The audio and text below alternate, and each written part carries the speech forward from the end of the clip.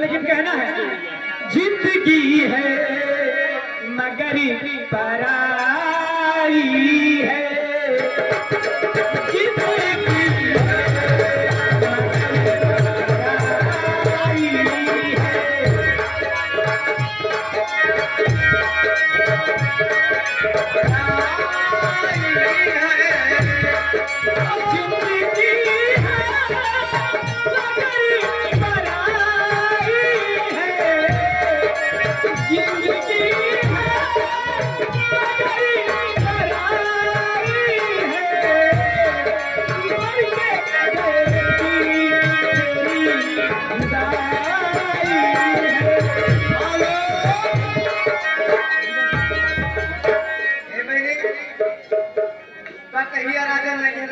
एक मिनट, ये किस रुपए का आविष्कार है, लेकिन मलेशिया से पीर बाबा साहब का कोई गाना है, आप आइए।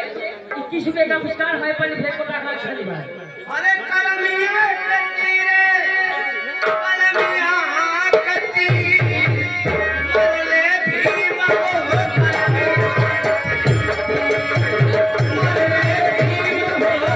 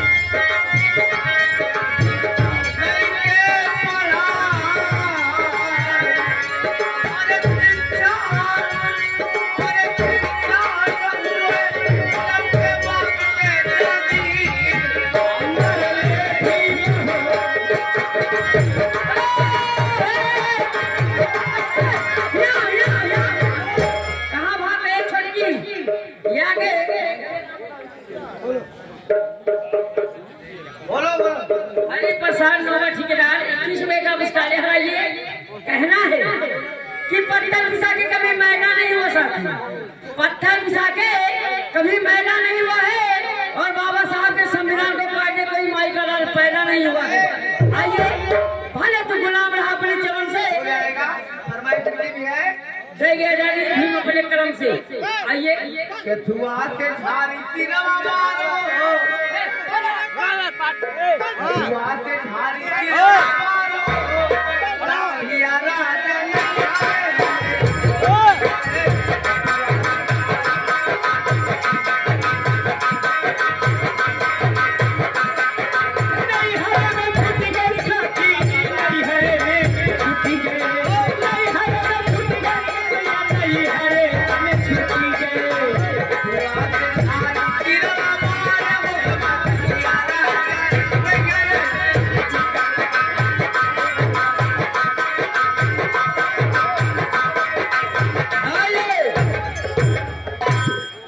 अभी मैं चलती हूँ, मैं चलता हूँ। आज बड़े भैया एकदम ठीक है, खाना खेला है ना, खेला हो ये कहना है, अरे मन के सवरिया